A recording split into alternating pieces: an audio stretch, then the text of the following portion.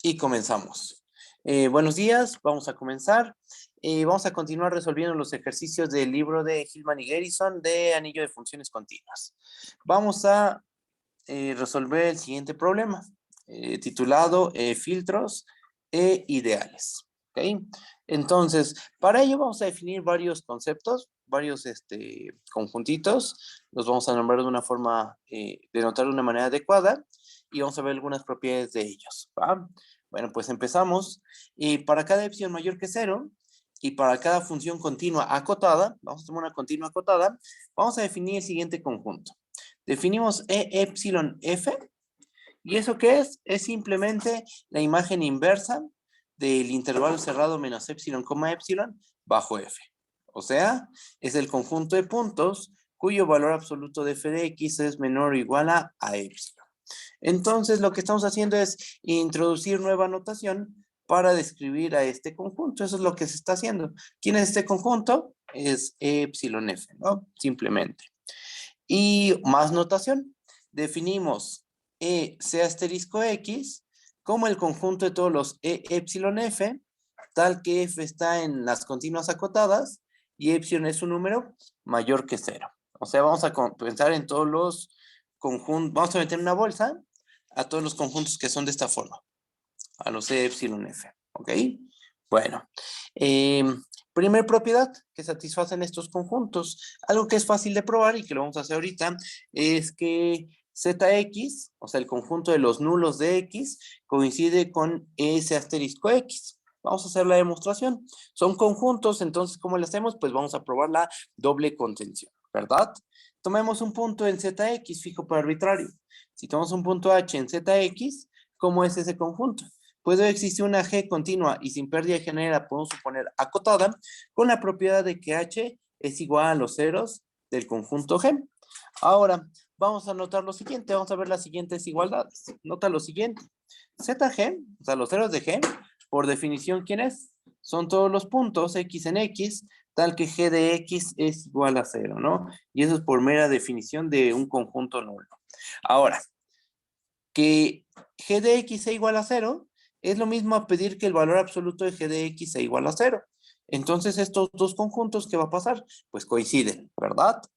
Y este conjunto, ¿a qué es igual? Sumemos vamos a hacer lo siguiente, que esto sea igual a 0, es equivalente a que sea menor o igual que 0, ¿verdad? Que el valor absoluto de G de X sea igual a 0, es igual de potente que pedir que el valor absoluto de G de X sea menor o igual a 0. Y si le sumo epsilon del lado izquierdo y del lado derecho, realmente tengo los mismos objetos, los mismos elementos de X que satisfacen esta igualdad. Entonces, este conjunto coincide con el conjunto de X en X, tal que epsilon más valor absoluto de G de X es menor o igual a epsilon, ¿ok? Y esto, por definición, ¿quién es? Este conjunto es E epsilon de epsilon más valor absoluto de G. ¿Estamos de acuerdo? Un mini detalle. Aquí, en la definición de E epsilon F, esto está en valor absoluto. Ajá. Aquí no tenemos a epsilon más valor absoluto de G de X en valor absoluto. No, porque esto ya de por sí es mayor que 0. Si le pongo el valor absoluto o se lo quito, da igual. Ajá. Entonces aquí podrían pensar que está el valor absoluto para que coincida con justo con la definición. Pero si no lo ponemos, está bien porque todo esto es mayor que 0, segurito siempre. ¿Va? Y entonces, ¿qué tenemos? Que el 0 de G, los ceros de G, coincide con epsilon de epsilon más valor absoluto de G. Ajá. Y entonces, los ceros de G pertenecen a ese asterisco X. ¿Pero quién eran los ceros de G? Era el elemento H que nos tomamos en los ceros de X, ¿verdad? Y entonces H pertenece a ese asterisco X y con esto queda aprobada la primera contención. Tomamos un punto en los ceros de X y demostramos que está en este conjunto de aquí, ¿verdad? Entonces ya está aprobada la primera contención. El conjunto de nulos es un subconjunto de ese asterisco X, ¿verdad? Bajo. Y vamos a probar la otra contención. Fíjense, si tomamos un punto H en ese asterisco X, ¿qué podemos decir? Pues que H es de la forma epsilon F para alguna epsilon mayor que 0 y alguna F continua acotada en X, ¿verdad? Pero entonces H es igual a la imagen inversa del intervalo cerrado menos epsilon, epsilon bajo F. Eso por la simple definición de epsilon F, ¿verdad? Ahora, otra cosita. El intervalo cerrado menos epsilon, epsilon es un conjunto nulo de R. Recuerden, según yo esto lo vieron en clase, pero no estoy seguro si no lo vieron me dicen, porque su prueba es facilísima. Se demuestra que en un espacio métrico, para cualquier A subconjunto de X cerrado, este va a ser un nulo. Cualquier subconjunto cerrado siempre es un nulo.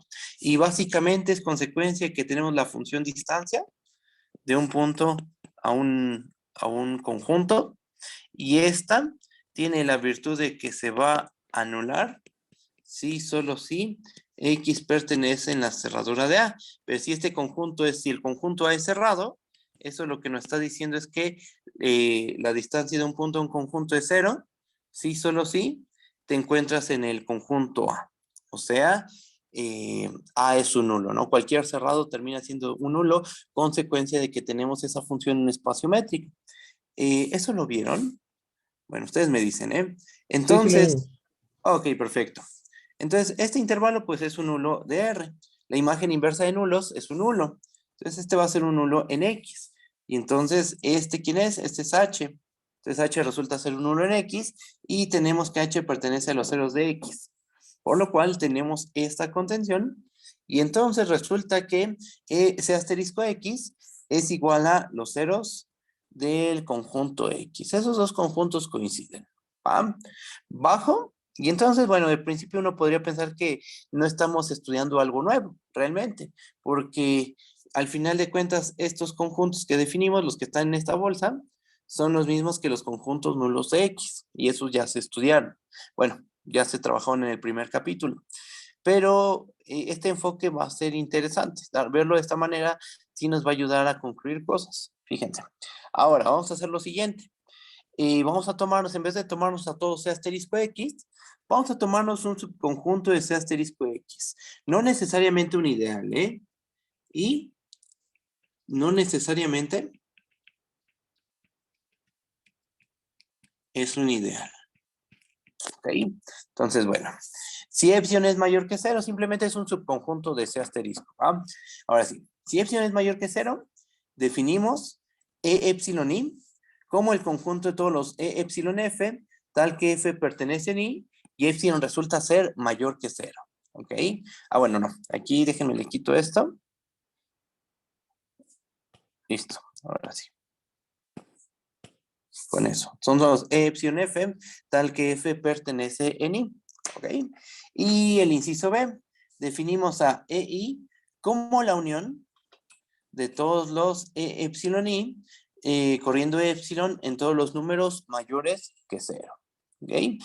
Una simple observación, algo que es fácil de deducir de esta igualdad, de esto que estamos definiendo, algo que es fácil ver es que EI es el conjunto de todos los E epsilon F, con F que pertenece en I, y epsilon siendo un número mayor que 0, ¿no? Corriendo en los números mayores que 0.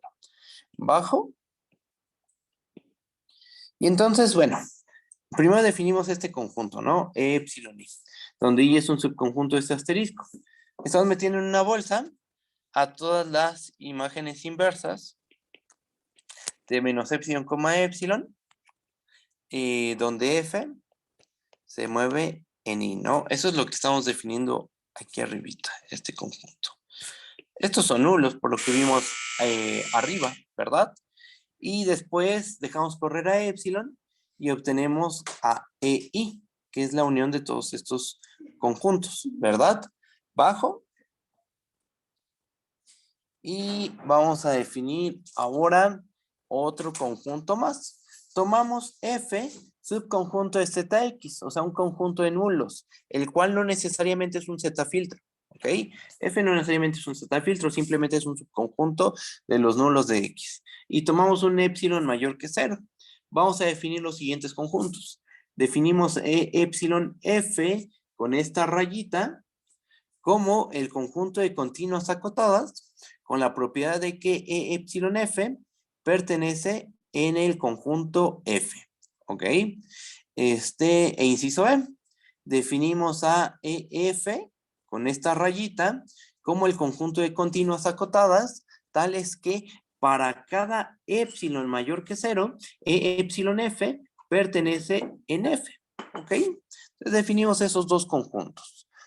Primero, definimos el conjunto de todas las continuas acotadas, tales que, ¿quién es este conjunto? Son las imágenes inversas de menos epsilon, epsilon, ¿verdad? Entonces tomamos todas las continuas acotadas, tal que estas imágenes inversas caen dentro de este conjunto de nulos. Eso es lo que estamos diciendo. Y después definimos un conjunto más restrictivo. Definimos a EF con esta rayita como el conjunto de continuas acotadas, tal que para toda epsilon mayor que 0, E epsilon F pertenece en F. Esto se debe cumplir para toda epsilon. Como está el cuantificador para todo, tenemos la siguiente igualdad, que lo puse en esta observación. Observación. Este conjunto EF con rayita es igual a la intersección de todos los E epsilon F con rayita, dejando correr a epsilon en todos los números positivos. Porque aquí aparece una intersección, porque le estamos pidiendo a este conjunto que para toda epsilon mayor que 0, E epsilon F pertenece a la familia de nulos F. ¿Ok? Pues como es ser para todo, debe estar en la intersección, ¿verdad? Bajo. Y bueno, vamos a probar ya algo. Ya que definimos a todos estos conjuntos, vamos a demostrar lo siguiente. Fíjense. Para cada F, subconjunto de los nulos de X, se cumple la siguiente contenciones e igualdad. Fíjense. F contiene a E de F con rayita. Eso es lo que vamos a ver.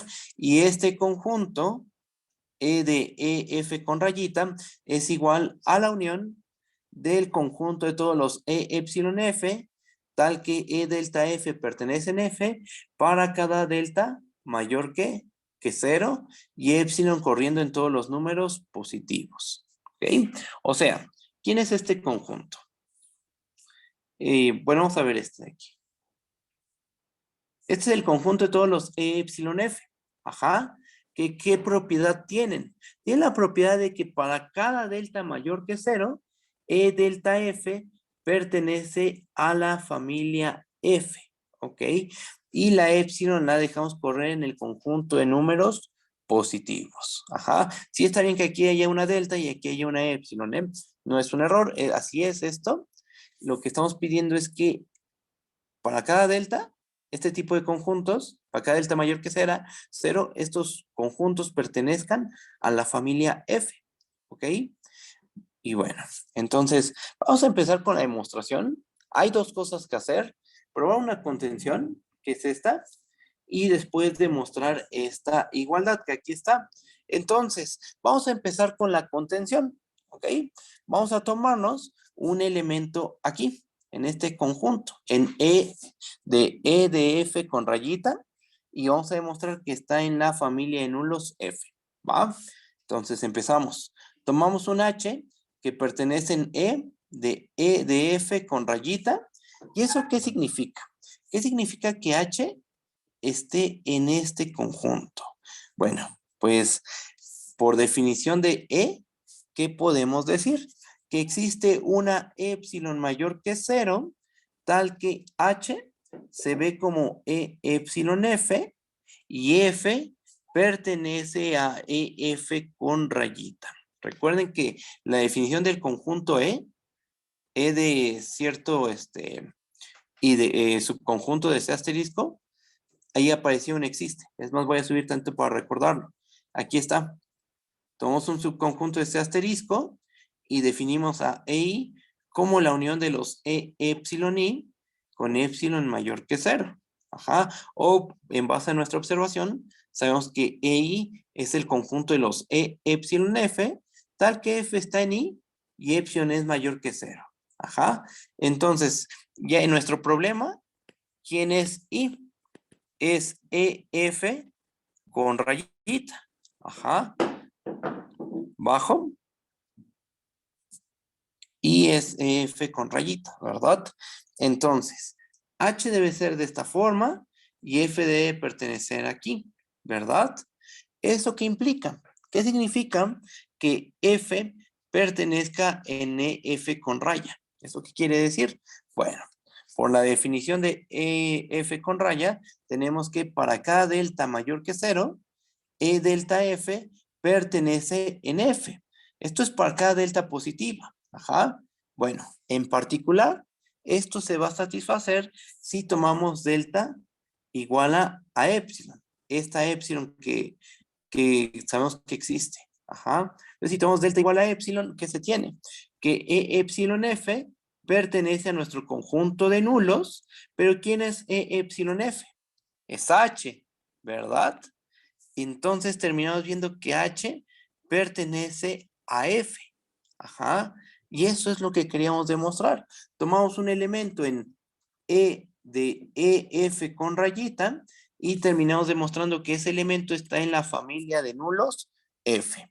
Y entonces se tiene esta contención. Y ahí se acaba la primera parte de la prueba. Vimos esta contención. ¿Ok? ¿Qué más? ¿Qué más tenemos que ver? Pues hay que ver que se cumple esta igualdad, ¿verdad? Bajo. Y nota lo siguiente, esto lo podemos hacer con una cadena de sí y solo sí. Que H pertenezca a E de EF con rayita, significa por definición, ¿de quién? Del operador E, que existe una epsilon mayor que cero, tal que H es de la forma E epsilon F y F pertenece a EF con raya, ¿verdad? Ahora, ¿qué significa que F pertenezca a EF con raya? ¿Qué significa esto? Pues justo esto que aparece aquí abajo. Ajá. Y esto lo copiamos tal cual. Ok, entonces, existe epsilon mayor que cero, tal que H es igual a epsilon F. Pues lo escribimos nuevamente aquí abajo. No estamos cambiando nada.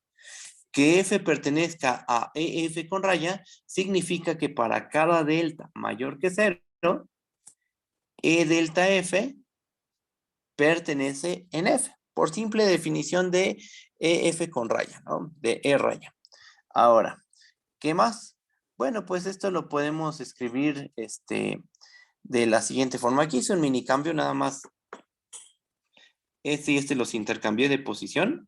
Y entonces lo que tenemos es que existe epsilon mayor que cero, tal que H es igual a epsilon F, y E delta F pertenece a F para cada delta mayor que cero, pero esto significa que H pertenece, como aquí hay un existe, eso significa que está en alguno de estos uniendos. Existe, H pertenece a la unión de los E epsilon F, tal que E delta F pertenece en F para cada delta mayor que cero.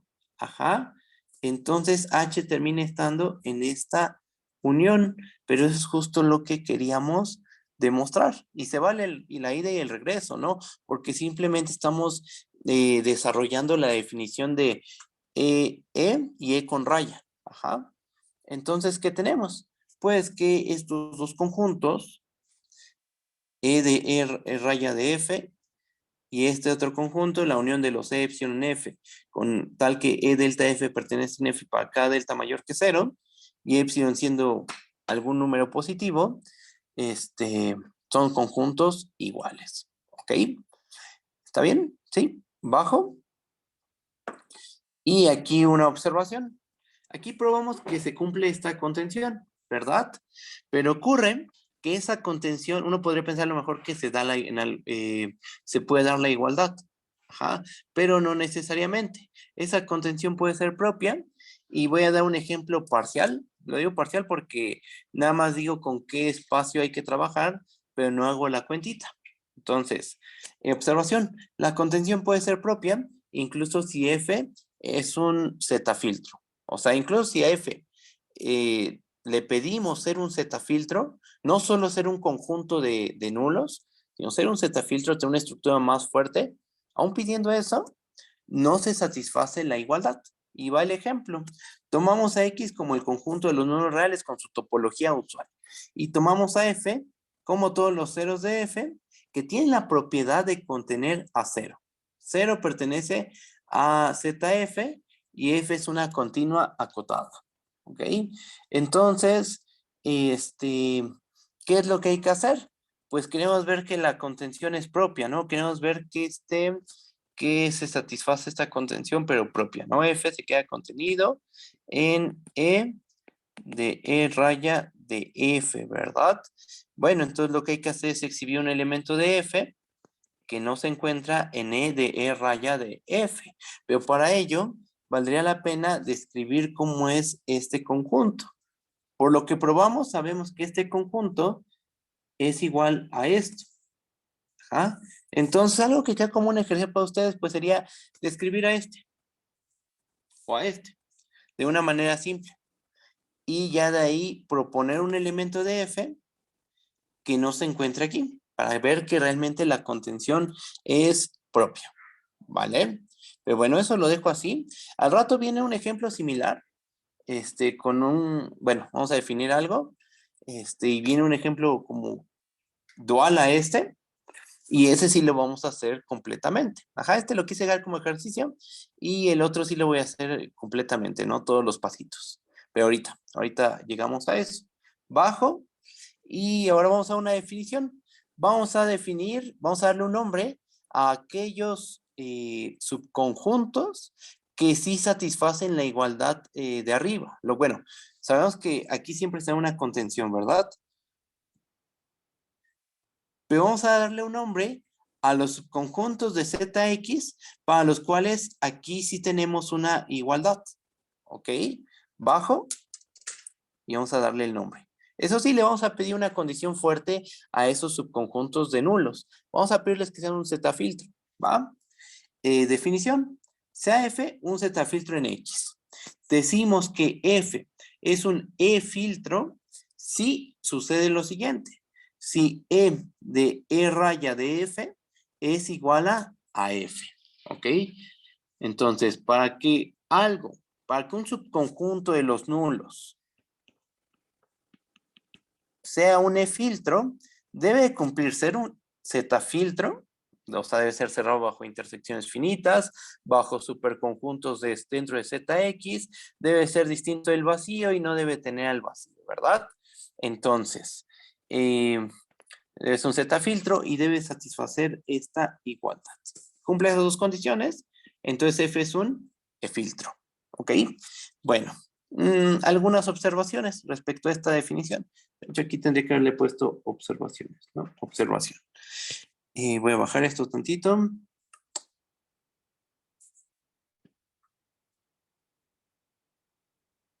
Ahí está. Bueno, ¿qué sabemos nosotros? Sabemos que esta contención siempre se va a satisfacer. Es lo que acabamos de demostrar. Esta contención siempre se cumple. Ajá. Entonces, ¿qué tienes de nuevo cuando eres un E-filtro? Bueno, si F es un E-filtro y tomamos un elemento H en F, entonces lo que podemos asegurar es que H pertenece en E de E raya de F, ¿verdad? Pero eso significa por definición que existe una continua acotada y una epsilon mayor que 0, tal que H tiene esta forma, es de la forma E epsilon F, y que para cada delta mayor que 0, E delta F pertenece en la familia F, ¿ok? Para que si H está en F, va a cumplir toda esta condición, ¿ok? Bueno, eso sería lo nuevo. Cuando H está en la familia F, va a satisfacer esto, cosa que no sucede en general, solo lo cumplen los E-filtros, justo así lo estamos definiendo, para que se dé esta igualdad. ¿Sí está bien? ¿Todo bien? ¿Seguros? Bajo. Y pasamos al inciso 3 de este problema. El inciso 3 dice lo siguiente. Ahora vamos a demostrar esto. Tomamos un subconjunto de C asterisco. Y un subconjunto de C asterisco X. ¿Qué dice el problema? Pues que demuestres que I es un subconjunto de E raya de EI y que este conjunto es el conjunto de continuas acotadas, tal que epsilon F pertenece en EI para cada epsilon mayor que 0. ¿Ok? ¿Cómo lo hacemos? Pues hay dos cosas que tenemos que hacer: probar esta contención y probar esta igualdad. ¿Sí? Entonces empezamos con la contención. Tomamos un elemento en I, tomamos una continua acotada dentro de I, ¿no? Ahora, como EI se define como la unión de todos los E epsilon I, corriendo epsilon en todos los números positivos, ¿qué tenemos? Que para cada delta mayor que 0, E delta F pertenece en EI. ¿Estamos de acuerdo? Porque F, recuerden que es un punto en I. Ajá. Entonces, E delta F va a estar en EI. ¿Por qué?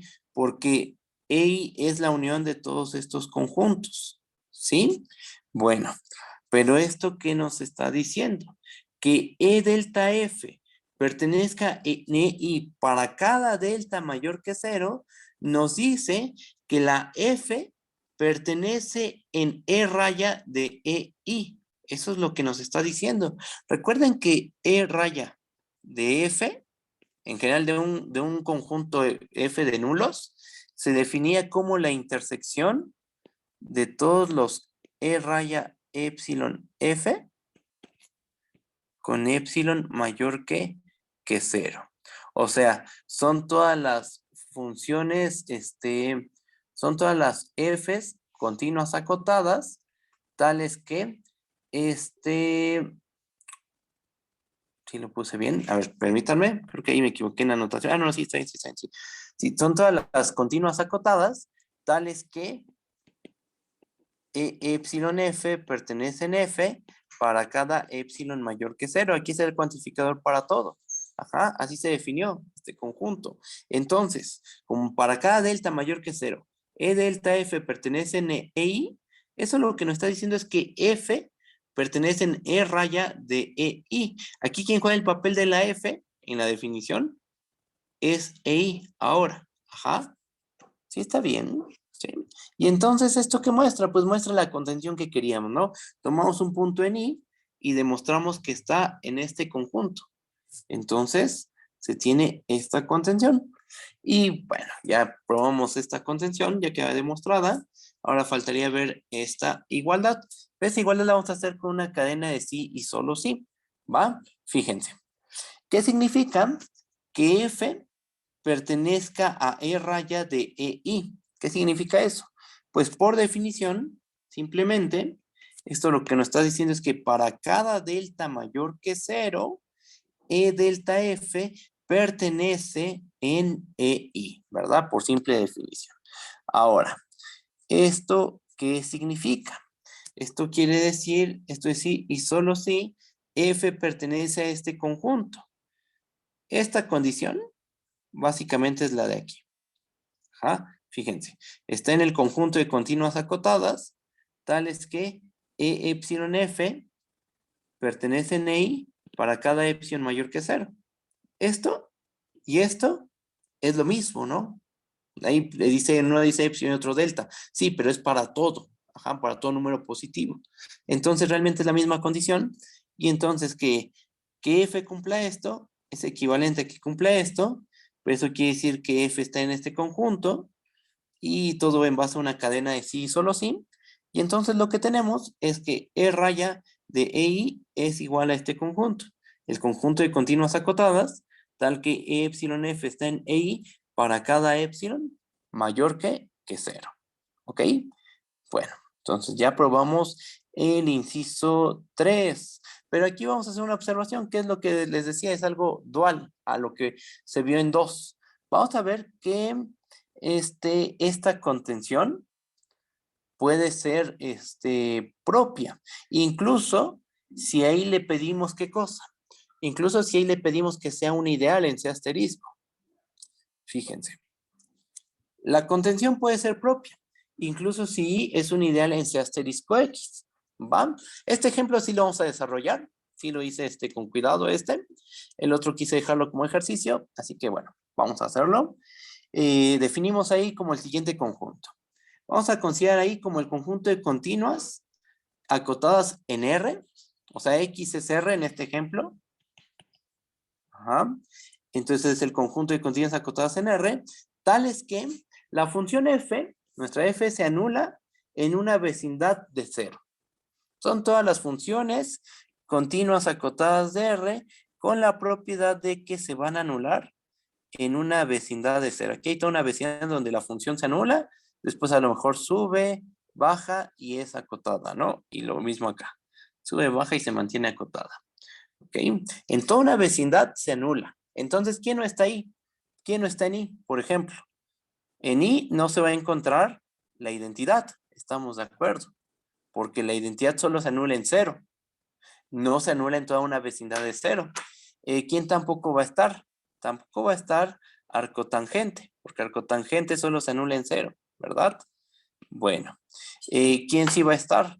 Pues va a estar la función constante 0, va a estar cualquier función que se quede aplastada un ratito en el 0 y después suba, etcétera, ¿no? Ese tipo de funciones sí están en el ideal I, ¿verdad? Y bueno, otra cosita que no probé, pero que creo que es fácil de verificar. Esto es un ideal, ¿no? Sumas dos funciones que se anulan en una vecindad de 0 y te da una función que se anula en una vecindad de 0, las multiplicas, etcétera, y te van a dar funciones que se anulan en una vecindad de 0, ¿verdad? Bueno, ahora vamos a hacer lo siguiente. Tomemos arcotangente de X. ¿Qué tenemos? Pues lo que ya comenté, ¿no? La función arcotangente, pues es una continua acotada, pero no forma parte del ideal, ¿ok? No se anula en una vecindad de 0, ¿ok? Otra cosa, para cada R mayor que 0, ¿esto qué denota? Es notación de cálculo, ¿no? De análisis. Es la vecindad de radio R con centro en 0 cerrada. Entonces, son todos los puntos cuyo valor absoluto es menor o igual a R, ¿no? Eso es simplemente notación de análisis o cálculo. Entonces, para cada R mayor que 0, este conjunto se encuentra en EI. Eso yo es lo que afirmo. Y aquí va la razón. Fíjense. ¿Por qué? Porque si tomamos la función HR, por cada R, definimos a HR que va de R en R. Y la definimos como la función del dibujo. No di la regla de correspondencia porque pues es un poquito, es una cuentita simple, pero no quise enfocarme en dar la regla de correspondencia. La HR es esta función. Se anula en todo el intervalo menos R medios, R medios. Ajá. Luego se levanta como una recta. Ajá. Y después se vuelve constante. ¿Sí? Entonces, HR es la funcioncita del dibujo. ¿Vale? ¿Qué satisface esta función? ¿Qué propiedades tiene esta función? Pues nota que una de sus propiedades es que la imagen inversa del intervalo cerrado menos R, R bajo HR es que esta imagen inversa es la vecindad de radio R con centro en 0 cerrada. Si tú tomas el intervalo menos R, R, vamos a hacer aquí un dibujo. Aquí está R. Y aquí está menos R. Entonces, pensamos en todos los puntos del dominio, tales que al aplicar la función me van a dar un punto de ese intervalito. Pues ocurre que esos puntos, ¿quiénes son? Son los puntos de la vecindad radio R con centro en 0 cerrada. Ajá. ¿Y esto qué está mostrando? Que nuestro conjunto, la vecindad de radio R con centro en 0, lo estamos expresando como la imagen inversa de este intervalo bajo la HR. Pero ¿eso qué significa? Eso quiere decir que este conjunto pertenece en EI, porque aparte estamos de acuerdo que HR pertenece en I. Es una función continua acotada que se anula en toda una vecindad de 0, ¿sí? Entonces, tenemos que esta pertenencia realmente se satisface. Para cada R mayor que 0, la vecindad de radio R con centro en 0 pertenece en EI. Perfecto. Ahora, vamos a notar lo siguiente bajo. Si epsilon es mayor que 0, Noten lo siguiente. ¿Quién es E epsilon G? Recuerden que G es la función arcotangente de X, ¿eh? Es la arcotangente de X. ¿Quién es E epsilon G? Pues son todos los puntos tal que el valor absoluto de G de X es menor o igual a epsilon. O sea, son todos los puntos reales tal que el valor absoluto de arcotangente es menor o igual a epsilon. Aquí podemos pensar que la epsilon sin pérdida de genialidad es menor a pi medios. Al final de cuentas lo que nos interesa son las epsilon chiquitas, ¿sí? Entonces puedo desenrollar el valor absoluto, aplicar tangente en ambos lados, en ambas desigualdades. La tangente en menos pi medios como a pi medios es estrictamente creciente. Y entonces lo que nos termina quedando es que X pertenece a la vecindad de tangente de epsilon con centro en cero. Como aquí en desigualdades no estrictas, nos queda cerrada. O sea, lo que hemos visto es que E epsilon G es igual a la vecindad de radio tangente de epsilon con centro en cero, cerrada. Ajá. Pero entonces, y por lo que vimos en el punto anterior, este conjunto ¿en dónde está? Este está en EI. Ajá. Eso es lo que hemos visto. Y no importa la epsilon que te tomes. Ajá. Para cualquier epsilon, epsilon G pertenece en EI. Es para todo epsilon mayor que cero. Entonces, como es para todo, significa que la G pertenece a E raya de EI, pero también sabemos que G no está en I. Es lo que vimos al principio. G no está en I. G no pertenece en I. Está en las continuas acotadas, pero no está en I. No se anula en una vecindad de cero. Y entonces ya con esto hemos dado un ejemplo de un punto que está en E raya de EI menos I, donde I lo definimos como el conjunto de continuas de R en R acotadas que se anulan en una vecindad de cero. Y pues ya, esto lo que muestra es que I se queda contenido propiamente en E raya de EI. Y ya, la contención puede ser propia. Eso es lo que acabamos de ver. La contención que se demostró hace rato puede ser propia. ¿Va? ¿Sí está bien? Bueno, ahora lo que vamos a hacer es ponerle un nombre a aquellos subconjuntos de ese asterisco. De hecho, vamos a pedirles que sean ideales, aquellos ideales para los cuales aquí sí se da una igualdad. Para los cuales aquí tenemos que I sí coincide con este conjunto. ¿Va? Bajo. Y va la definición. Definición. Si hay un subconjunto de ese asterisco X, un ideal, decimos que I es un E ideal si satisface la siguiente igualdad. E raya de EI es igual a I. ¿Ok? Entonces, aquellos ideales que satisfacen esta igualdad se les conoce como E ideales. ¿Ok? Por lo que vimos arriba, no cualquier ideal satisface esa igualdad. Ya dimos un ejemplo de un ideal donde se cumple esta contención propia, ¿verdad? Entonces, los que satisfacen esta igualdad se les conoce como E ideales. Lo que siempre sucede es esto. Esto siempre va a suceder, aun cuando I no sea un ideal, ya lo demostramos. ¿Qué tenemos de nuevo cuando I resulta ser un E ideal? Pues tenemos lo siguiente.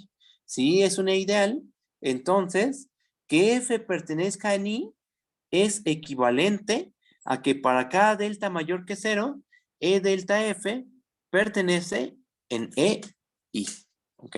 Si para cada delta mayor que 0, E delta F pertenece en EI, podemos concluir que la F debe estar dentro del ideal. ¿Ok? Bueno, bajo. Y lo último que vamos a probar el día de hoy es que la intersección de E ideales resulta ser un E ideal. ¿Ok? Entonces, ¿qué hacemos? Pues vamos a tomarnos I alfa con alfa en J, una familia de E ideales.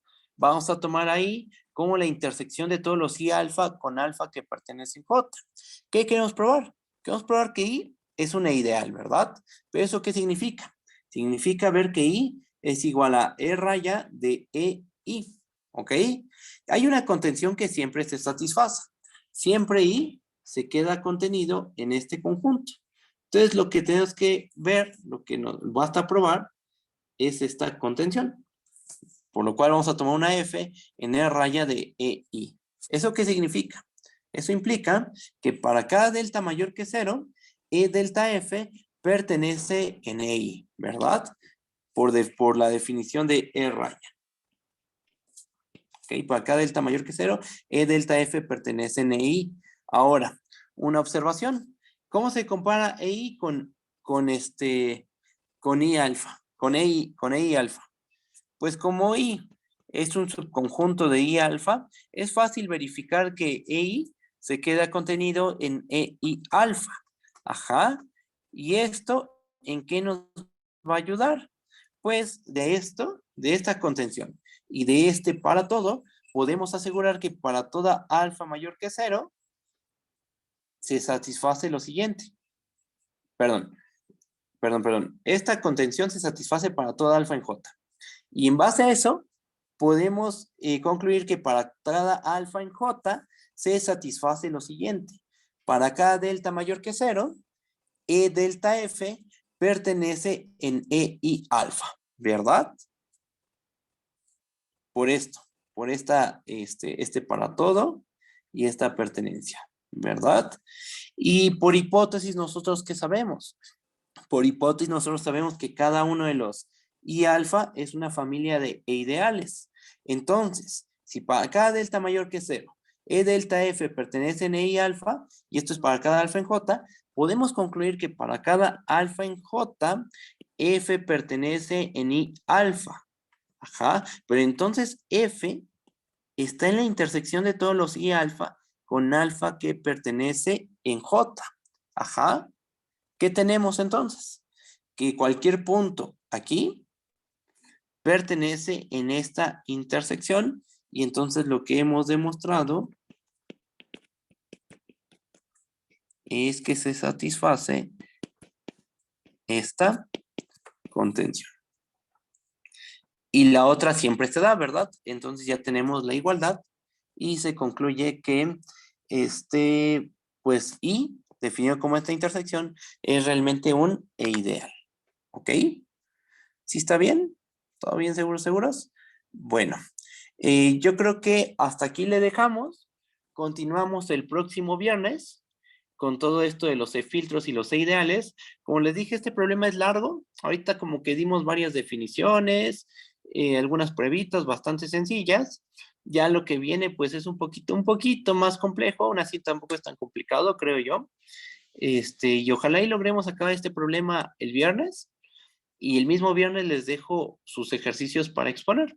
Yo creo que les voy a dejar de 2 problemas para que regresando de vacaciones de Semana Santa, empiecen a exponer, ¿vale? Bueno, pues nos estamos viendo. Cuídense mucho. Bye, bye. Hasta luego, ¿eh? Gracias, buen día. Sí, gracias. Chao.